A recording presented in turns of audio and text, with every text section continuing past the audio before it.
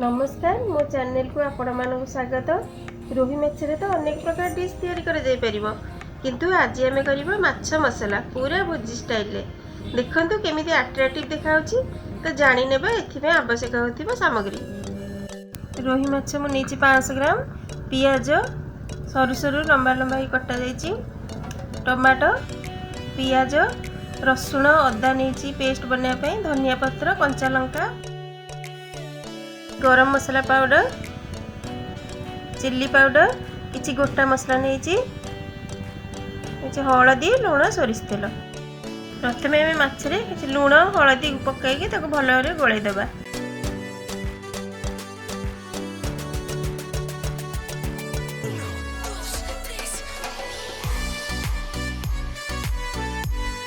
तापर पियाज रसुण अदा को पेस्ट बनै देबा।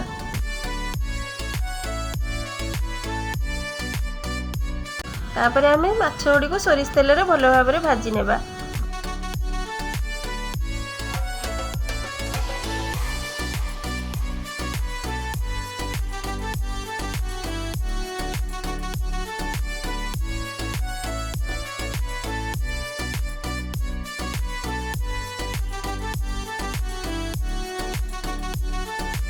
तेल रे आमे हाफ चम्मच चीनी पकाया भल कलर आसिया पई। तापर गोटा मसला सब पकई देबा। गोटा मसला टी हे आसिले कटा जाइथिबा पियाज सब पकई देबा।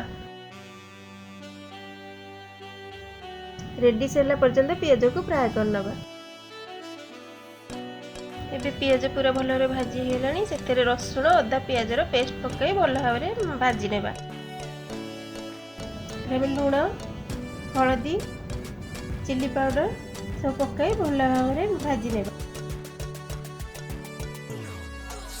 तापर एथिरे टमाटो प्यूरी दे देबा। मु दुईटी बड़ टमाटर प्यूरी बनैथिली, एको भल भाव रे मिक्स कर नबा। तेल रु मसला छाड़िला पर्यंत ताको घांटी चलिबा। देखो मसला पूरा प्रस्तुत हो गलानी, हम एथिरे 4 कप पानी दे देबा।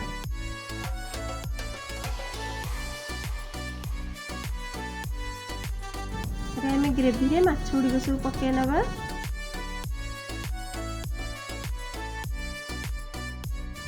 मेथरे गरम मसला पाउडर पके देबा, किछि लूण पके ताको भल भाव रे टिके मिक्स कर नबा। एहा को आमे 15 मिनिट रे कवर करि नेबा।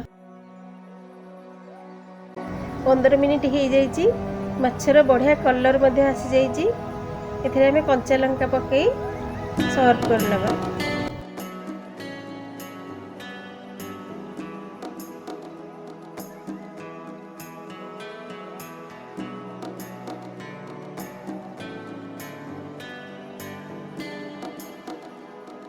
ताको आमे धनिया पत्र रे गार्निश करनेबा।